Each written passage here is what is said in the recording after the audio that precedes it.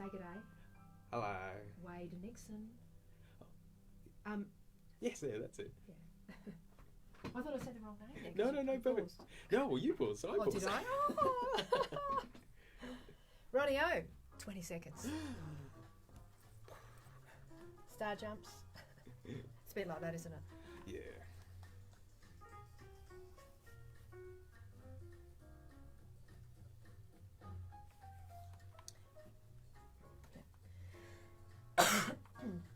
So the mic's here, so it's picking both of us up. Did you grab a tube? Oh, yes. Cool. All right, let's do it.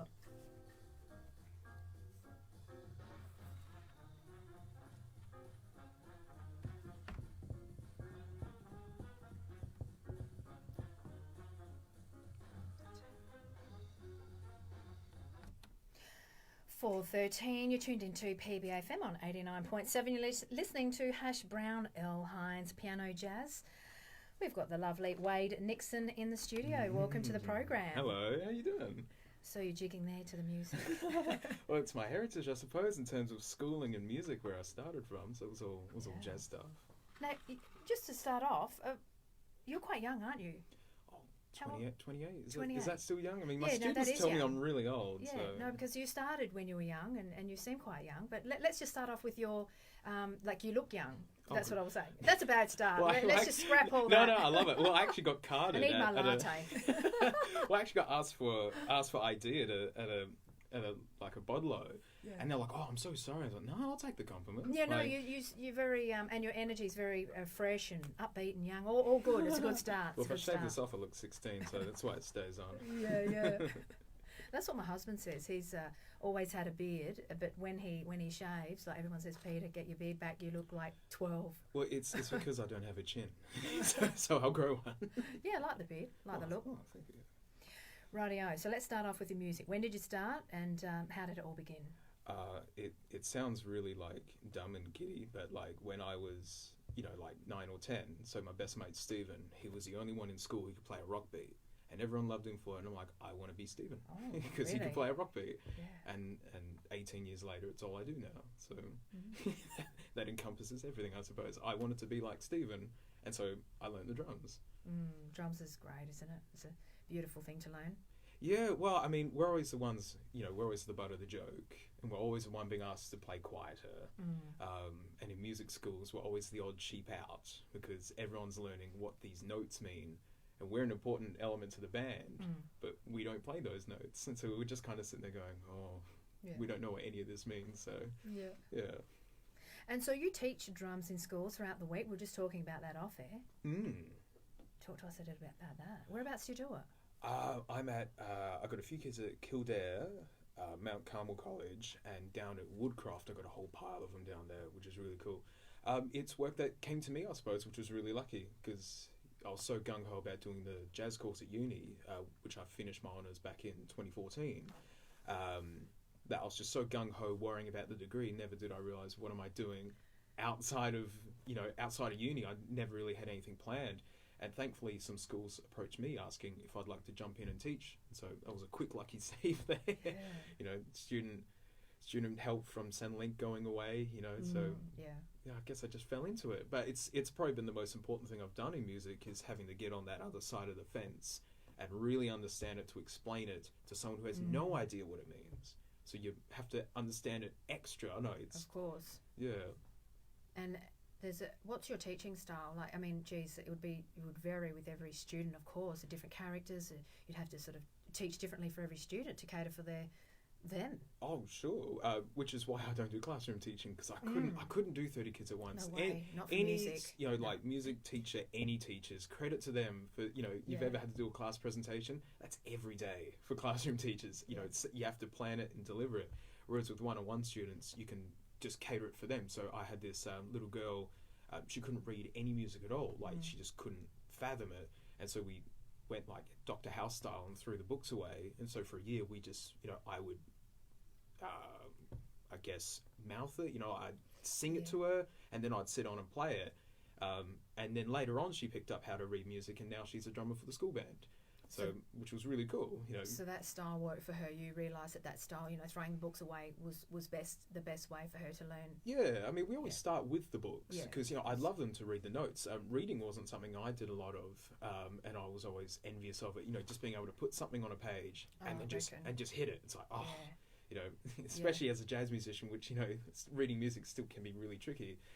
But yeah, I guess it all depends on the student. Whereas if I got students with exams, like, you know, my year 12 students, then I make the rules. We're doing this, we're doing that. Of course. Yeah. And you know, you got to understand, for a lot of students, I'm like their karate teacher. I did karate as a kid. I had no aspirations of being a black belt. It was just something fun to do on like a Wednesday, you know, after school. You know, I didn't practice very much, but I still loved going. So I understand that a lot of students are like, I'm like that to them. They're just here just to have a bit of fun. So I always try not to make it, you know, too heavy. You want them to enjoy it. Yeah, otherwise, you know, there's no shortage of students who, you know, put their music away just because it's just getting too serious. You know, it's a journey. You don't have to meet any criterias, you know, even for exams and such. You know, music's something we want to do. So I always want to keep it that way. That's right. So jazz course masters, how long was that? Was that like 4 or 5 years? Yeah, well, I started a masters, but I finished with first class honours, which was cool. So the bachelor degree was 3 years, and then honours was like the extra one if you wanted to keep going. Most didn't once you've done 3 years of it.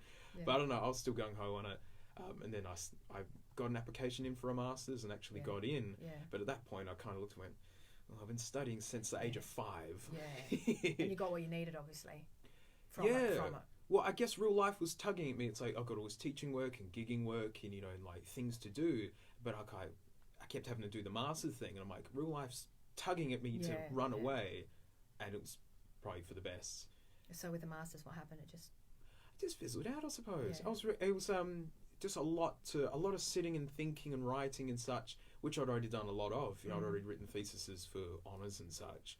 So at that point, I'm like, getting a bit sick of this. I'd like to go and play music now.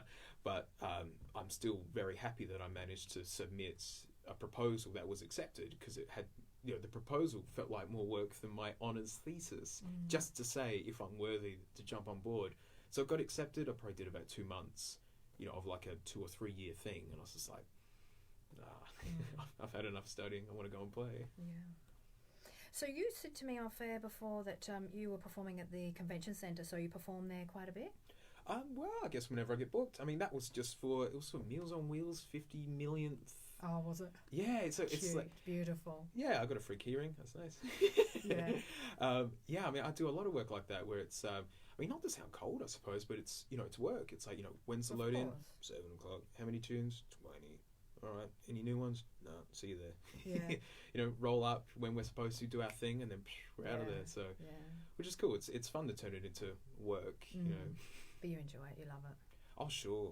Yeah. I mean, you have to do those hours we were talking about. You know, you were saying you're working, you're teaching, finishing at 3, going home, rehearsals, gigs, coming home late. Yeah, and load-ins, you know, like people don't realise when they see a band, you know, getting started at 8 p.m, you know, and we play up until, say, midnight.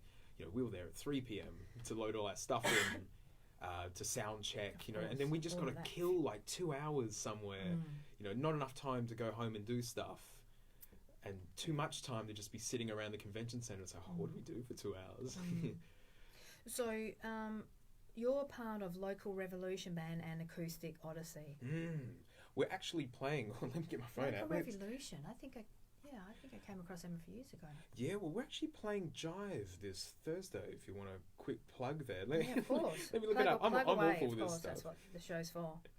Plug what's going on. Oh, Local Revolution. There's how many in that band?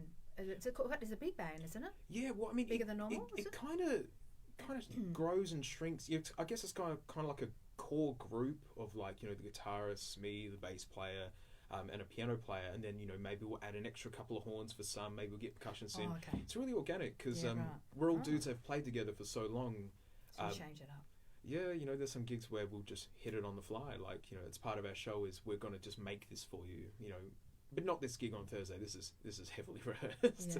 Yeah. Okay. I just need to find the group that we're supporting. It sounds so bad that I need a reminder. No, go for it. For Bombino, we're supporting with. That's the band? The other band? Yeah, it's like an international group. Yeah, like really cool. It's all world music stuff. What sort of music do they play? I believe they're world music as well. Like, Beano. yeah. Okay. What time are you on? We start at 8:30. Yeah. So probably doors are like 8. It's at Jive. Right. Yeah, on Thursday. Okay, Yeah, I'm awful at this plugging stuff. So what address? that's on Hindley, I believe. Is it? It's on the quieter end of Hindley. You know, where they've made the 20-hour speed limit kind of thing. Yeah. I think so. Yeah. Again, I'm all for this because it just feels like a job, I suppose. So it's like I figure out where I need to be that day. It's like, all right, where's my gig this weekend? Yeah, exactly. So. Once again, I've said this before, but most musicians say that I don't know where I'll be next week. I know it's on my calendar, but I don't want to focus on, too much ahead. I just want to sort of focus on what's going on now. A lot of musos sort of say that. Yeah, and I guess just sort of live for now and do what you got to do now, and then deal with the next week. Makes sense. Yeah, well, probably one element that it wasn't really brought up when we were at the courses. I did TAFE as well years ago before doing uni. Is that you're going to be self-employed, so it's all I think this was my first big tax season of actually having to get everything together. Every invoice is written on by me, and it's all compiled. You don't go to an employer and just get a piece of paper to hand your tax guy. I've got to ruffle up all the receipts and things for everything I buy and such. Yeah. So we're dealing with that a lot of the time. So it's where you're planning to somewhere and just writing invoices and chasing lost payments and things. But you're a pretty organised person, would you say? Getting better. It's because it was a bit of sticker shock. Just being dropped into coming out of uni, which is like a gated community of you need to do this, to do this, to do this, and it's and real life go. Yeah. How do I write invoices? How do I ask for money? I need to ring up parents and students to organise the lessons, and I've never done that before. So I'm like, hi, I'm your new drum teacher. I'm not doing good at the same way. And just The best uni is life, isn't it? There's uni and education. There's a place for it, of course. It's valuable, and but we learn everything in life. That's the best. Come out of uni very fragile feeling. It's all of a sudden, That's true. when someone owes you maybe like $800, you have to be a bit like, hi, I've done work for you. Where's that? Where's that payment? And that's probably the thing that gets really tiring about music. Can be just you got to keep up with that stuff. And now do I take it for granted? When I was working in a normal business, selling lotto as I did as a 17-year-old, the amount of work those accountants do on my behalf, making sure all those numbers are correct, because taxes are awful when you got to do all of it. Yeah, exactly. I guess a warning to any aspiring musicians who want to work as a musician every day. Never liked accounting at uni. It scares the heck my out of least me. favourite subject. Sorry to the accountants. Oh. Everyone's got their talent, right? Accountants. I'm like this for those I guys. know. Like, you save my bacon. I really respect accountants. I just think, gosh, you must be such a patient and organised, methodical person. That's the nature you need to be an accountant, right? Yeah. You've got to be so patient. All those numbers and spreadsheets and people to look after. Yeah. No, and I'm not. That's the I problem. couldn't I'm a do that. creative individual, and I've got to chain yourself down, Yeah. And also, so you've performed at the Fringe and Adelaide heaps. Oval. Yeah. The Gov. Everywhere. Yeah. I'm ticking them all off. I'm Everywhere. pretty sure I've ticked them I'm all just off. looking I'm here. pretty sure. Yeah. Yeah. What's it like performing at the Fringe? Did you enjoy that experience? Oh, sure. I mean, I played a kids show this year. It was called the I Hate Children show. So it was really fun because it was a kids show, but then we made fun of the kids the whole time in like a really like kind of friendly way. It's like magic and balloons and things. So from the outside you look, what a lot of fun. But I've got my iPad here. I think all the notes are still on here of like all the charts we're reading. I had a sequence pad for sound effects, in-ears the whole night with a click track going, and then you have to hide all of that anxiety of tick tock, sampling these things because you want to get this gig again, and hopefully they take you overseas or something. And so we're on stage going, having fun, waving to the kids, but inside I'm going, you're pressing lots of buttons. Yeah. But it's the best. It's a kind of pressure I thrive for, I suppose. Like having that amount of responsibility, having the challenge of all that. Yeah, and then making sure that you don't show that level. You got to be smiling, and you got to make it look easy because people don't want to watch people being stressed. They want to see something just being poured out in front of them. So uni helped me with that. Through uni exams, you practice, keeping your anxiety in check. So when you do hit it in the real life, you've already, done a bit of that. So they teach that in the music degree, how to deal with nerves and anxiety and things like that, performing. I guess and you how have to, yeah. Well, can they teach sort of how to perform? How do they sort of structure that into the course? Just dealing with the psychology of that music and nerves, etc.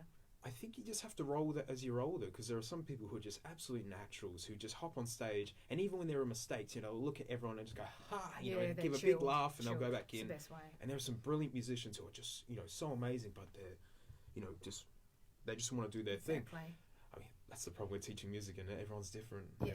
Do you notice that musicians have that quite distinct difference? Like they're either really, really chilled out, don't stress at all, or they're really organised, methodical, and they sort of stress out if one thing goes wrong. Would you say that it's quite, you're either that, or is there a middle ground? It's been my favourite thing is that there's some people whom have lives outside of, so for Acoustic Odyssey, like the woodwind player, he plays everything, from piccolo to, I didn't know there was a tenor flute or a bass flute or all these crazy instruments. And then outside of that, he builds telescopes and, does all this, incredible stuff outside of it. Just all of my musicians have all these crazy interests. All of them are just so individual. And then we all come together to do one thing. There's lazy people. There's, people who are just so on it. I mean, they're the good ones to work with. Yeah, lazy people can get hard. Yeah. I suppose it's like any sort of business or wherever you work, you get different characters. Yeah. But I just wondered if there was a general trait that you'd noticed. Maybe with particular genres, maybe not musicians themselves, like particular genres. So when I do, like, say, theatre stuff, like amateur theatre stuff at the Met or something, everyone tends to be really sharp and really on it. Maybe playing with jam bands that I play with, where we literally, that half the fun is going into a nightclub and just making it up on the spot.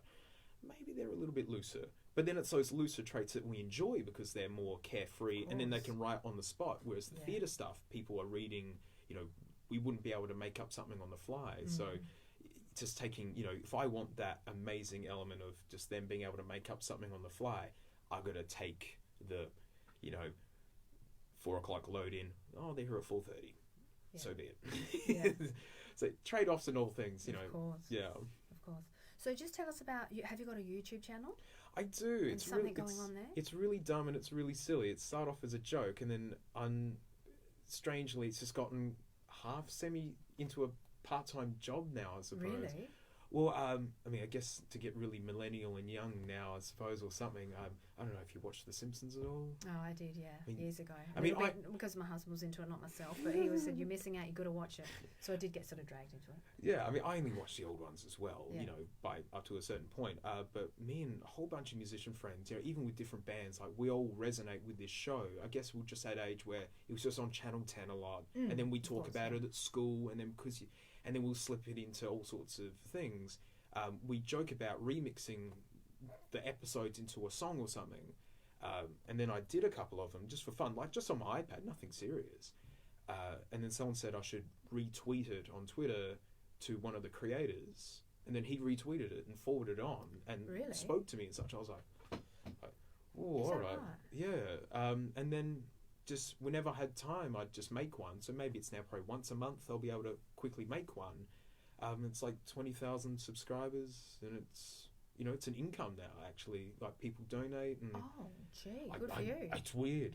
It's really, That's really good. weird. Is that the one 400,000 views on something you said to me in email? Yeah, well, one of my tracks went viral, which was something I've never experienced before, where, putting it up, and having, say, maybe 8,000 views one night, which I'm stoked with, which is, I know in the grand scheme of the internet, huge, is nothing. The big stars are getting 2 million an hour, so I know where my place is in the internet. But then waking up next morning having nearly 400,000 and like... How does that happen? It's just the internet. Yeah, but it says on YouTube... Yeah, it gets... Is there something you have to do? Like I don't know, because don't you have to sort of set it up in a certain way? That's what I'm trying to say. Yeah, you do. I guess I'm fortunate enough to be on YouTube for ever since it began. It's been my TV for so long, just because I've all these little, I've like a silly exotic pet at home, so I follow like, channels about that, because being able to speak to... I know, it's just really cool to see content made straight from someone to the screen. It's not been filtered through. So I was on Australia's Got Talent one year. Yeah, I saw that. Yeah, and it's a very scripted thing. For instance, we made the semi-finals and we didn't go further than that because the judges didn't like our song. We didn't pick the song. The the producers picked the song. Oh. And then we performed. It was a song that we knew, but we wanted to do something else. Now, no, you should do this one. So they gently encourage you, Do they? but they're telling you, do this song. Yeah. And then the judges go, oh, we didn't really like that song. And we're up on stage going, whatever. Yeah, exactly. You know, whatever. That's a bit frustrating, isn't Whereas, you know, on YouTube, it's someone's idea, whether good or bad, it's just put straight up. And you can see their, you know, so there are flaws. Usually the editing's like a little bit loose and the sound's all over the place, but it's really cool just to get someone's opinion on something. So thankfully through that, I've kind of learned the ecosystem that, you know, I'm trying to write music, but it needs to be packaged as a video, you know, like drag people in with the video and then they stay for the music, thumbnails and, you know, the way you put your font for the title and then being on it, like my data plan is just shot out with my phone. Just him, you know, trying to reply to as many comments as possible. Gee, that's exciting. It Good is. for you. Yeah. That you did that. Well, it just started off as something that I genuinely, I mean, it sounds cliche, you know, doing something that I genuinely enjoyed for me and my friends. And then other people went, oh, hey, we like this too. You know, I think like a SpaceX engineer follows me, you know, the self-landing rockets. So one of the engineers, Really? like, I spoke to him, like, so you land the rockets, right? Yeah. I'm like, this is weird. Wow, how cool was that? Yeah, and you're listening to my stupid stuff of Simpsons remixes. So how can what's the channel called? It's a silly name. I guess because the theme of the internet for like a lot of kids is dank memes. And my music's very electronic, you know. I do a lot of live music, which I love, you know, jazz chords, it's all organic, you know, real instruments recording through things. I guess I got a kick out of writing electronic music, something that's incredibly artificial that I can sit down and perfect in my own time and it's ready when it's ready. Instead of, say, recording a live album like, oh, where's Steve, the trumpet player? Come on, guys, we need to get this album going. There's something really relaxing about making a project, you know, on this cheap little MacBook. I've got like a studio at home, but this is more than enough, you know, to write music on. That's good. So you do it in your own time. You don't sort of put pressure on yourself. It sounds like you just go with the flow. That's it. Do like what a you gotta student doesn't roll in, you know, and I can't fill that half an hour. I'm going to work on my thing for half an hour. It's like, cool. You know, don't waste any time. You know, you can even write it on a phone nowadays. All the software's on there, so it's do you go to coffee shops and take that there, and do you do it at home only, or do you go out and do things too in public? Like a lot of people sort of take their laptop and they go into a coffee shop and just go in their own sort of space usually and like do my own things. space at home. Yeah, like, quiet. Yeah, I've got these private. big, beautiful vintage speakers that a friend of mine, you know, gave to me, like, you know, through swapping and trading. You know, I've got like a big warm amplifier to play them through. You need all that. My big comfy couch, my fridge is right there. You know, the kettle whenever you need it. it's, you know, That's on tap coffee. You know, just the way I like it in French press. Oof. So I definitely prefer working from home. So, but if I'm stuck at school, you know, and it's like, oh, I've got to kill an hour because a student didn't roll in, you'll do something. Plug in my cheap iPod headphones and just. So did you say the name of the YouTube channel? I didn't. No. So you know, dank memes, dank music, dank mus. So it's dank mus. That's what it's called. Dank, D-A-N-K. Yeah, M-U-S, one word. M-U-S. Good. I need to get that down.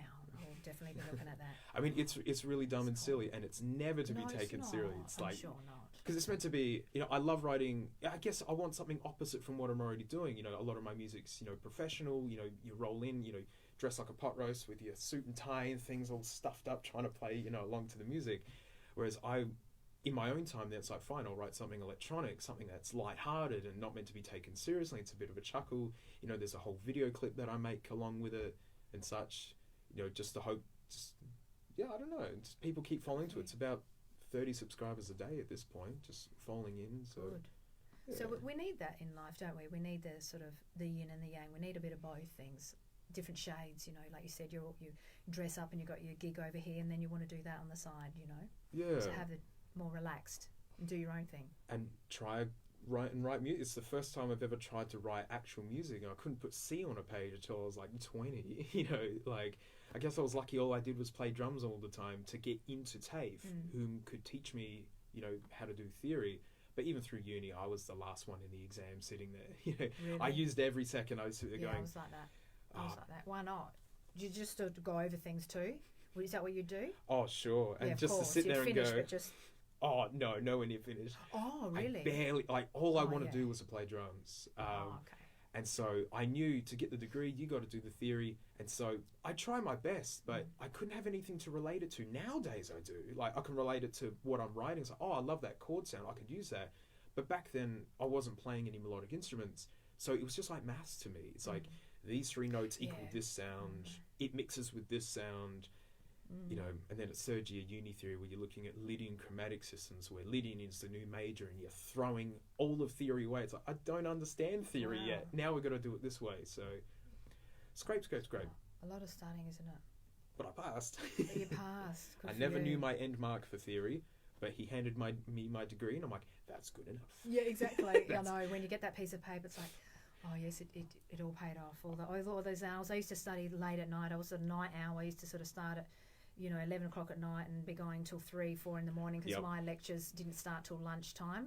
Oh, so I set it up like that because you could choose like morning or afternoon shoots and lectures, and I purposefully with my friends chose all afternoon and some evening. Yep.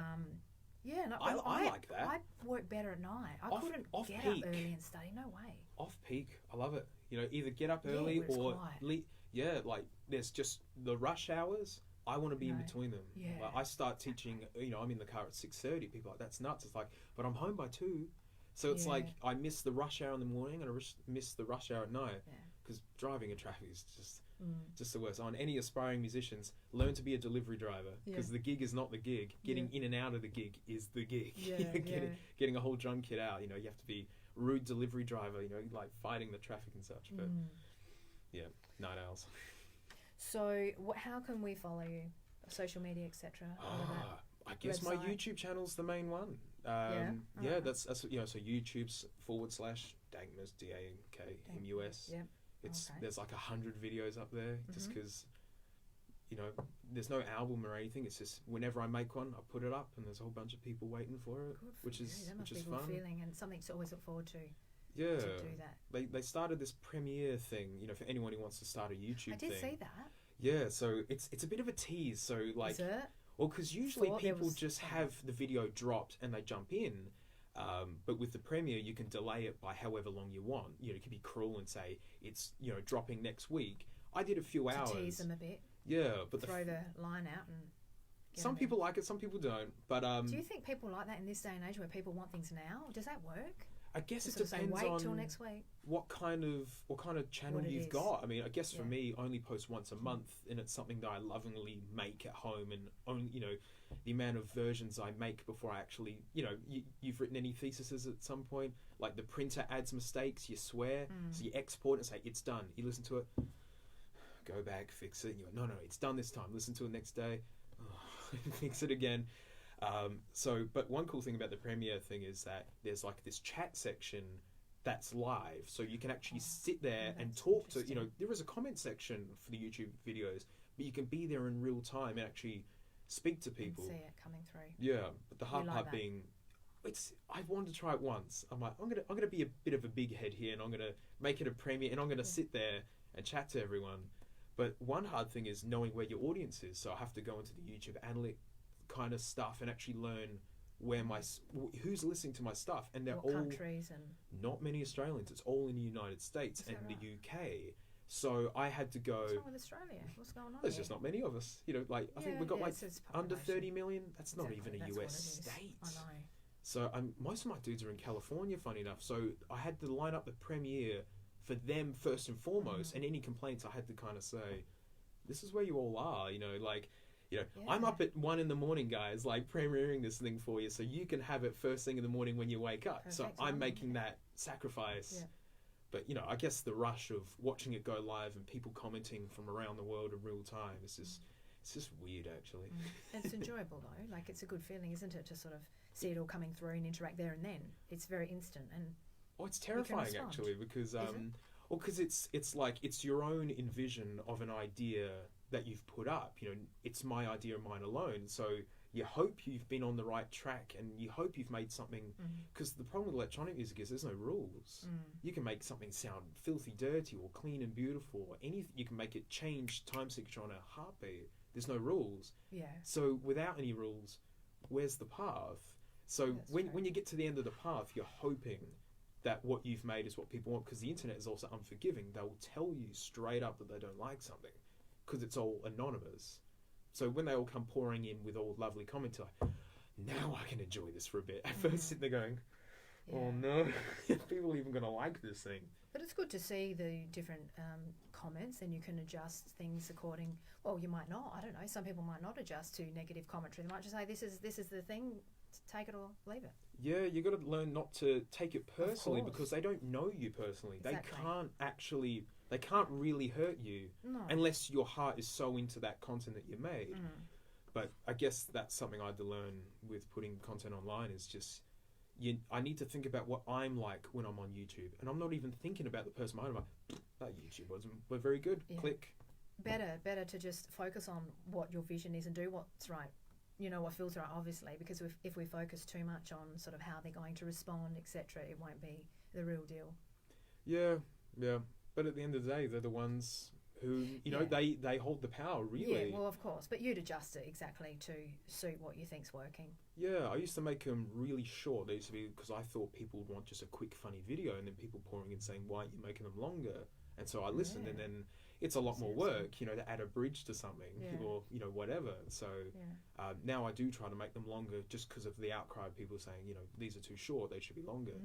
So it's that balance in it. You got to learn what are the troll comments, people just being nasty, or genuine people saying, it might be something like, your bass is distorting, I don't like that bass sound. Constructive criticism. It's hard to find. It's like you got to go. It's like gold prospecting. You're sitting there sifting, looking for the good stuff. But you'd be able to tell sort of who's sort of just doing it just to be. I'm looking for a word that's polite for radio, but someone who's just being nasty for the sake of being nasty. Yeah, I mean we call them trolls. Yeah, exactly, trolls. Yeah, that's the word for bridge radio. Trolls. Just. That's right. Exactly.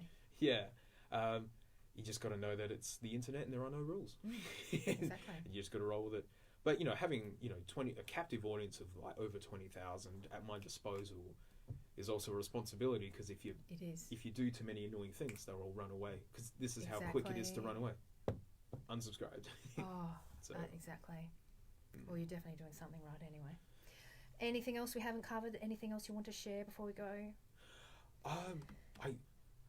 I guess no. I mean, that covers childhood right up to my silly, jaded projects and gigs up to today, and with the local Rev thing happening on Thursday for anyone likes world music. And everyone, I mean, I'm the drummer, so just point at me and go, I heard you on the radio. Yeah, and I'll wave back. Go have a chat to Wade. Wonderful. And any last words to our listener? Have a great day. Or evening. The day's kind of over, isn't it? Almost. But are you liking daylight saving? Oh, so much. I like it. Oh. Well, I mean, when you're loading into a gig at like 9 o'clock at night and the sun's still just out a little bit, it's like, all right, it's not too late. It's not too bad. And those walks along the beach, I've been doing that at night. Going for a walk on the beach and people are out with their dogs. It's beautiful. And it gets cool, like not hot. It's like just the right weather, just right at the evening. It just cools down just the right amount where you can still wear shorts and a t-shirt, but the sun's, I don't know, I can't describe it. I love daylight savings. It's got to be over like that though. Yeah, and summer's on the way, so beautiful. Warm, balmy nights. Thank you so much for joining. No, thanks for having me. You're welcome.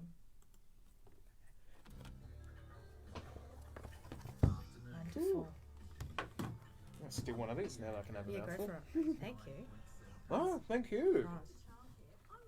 I'm going to definitely check that out. Dank. It's really dumb. No, I'm sure it's not. Well, I kind of want it to be dumb. It's all meant to be tongue-in-cheek, and I guess whatever you say. I mean, it's hard to be original, and so why not stand out for something? It's a bit of fun. People asking, why does this even exist? And you're like, exactly right. This does not need to exist. Yeah. And that's where the fun is. Yeah. Yeah. You can be creative with this platform. YouTube's amazing. Well, I mean, honestly, it's like $600 a month at the moment of like like a regular paycheck, and it goes up every month. So that you get. Yeah, like that's from Google ad revenue and patron supporters. So when I make one, I usually film and document me making it, and I give that to the people who donate to me. So you donate, here's me making that video for you, kind of thing. But only upload that. Oh, sorry, you got to do other stuff. No. I was just going to say, if we want to say goodbye here to Facebook Live, so I can turn that off. Ciao. Thank you, Wade. Bye. Yeah, you're saying. What was I saying?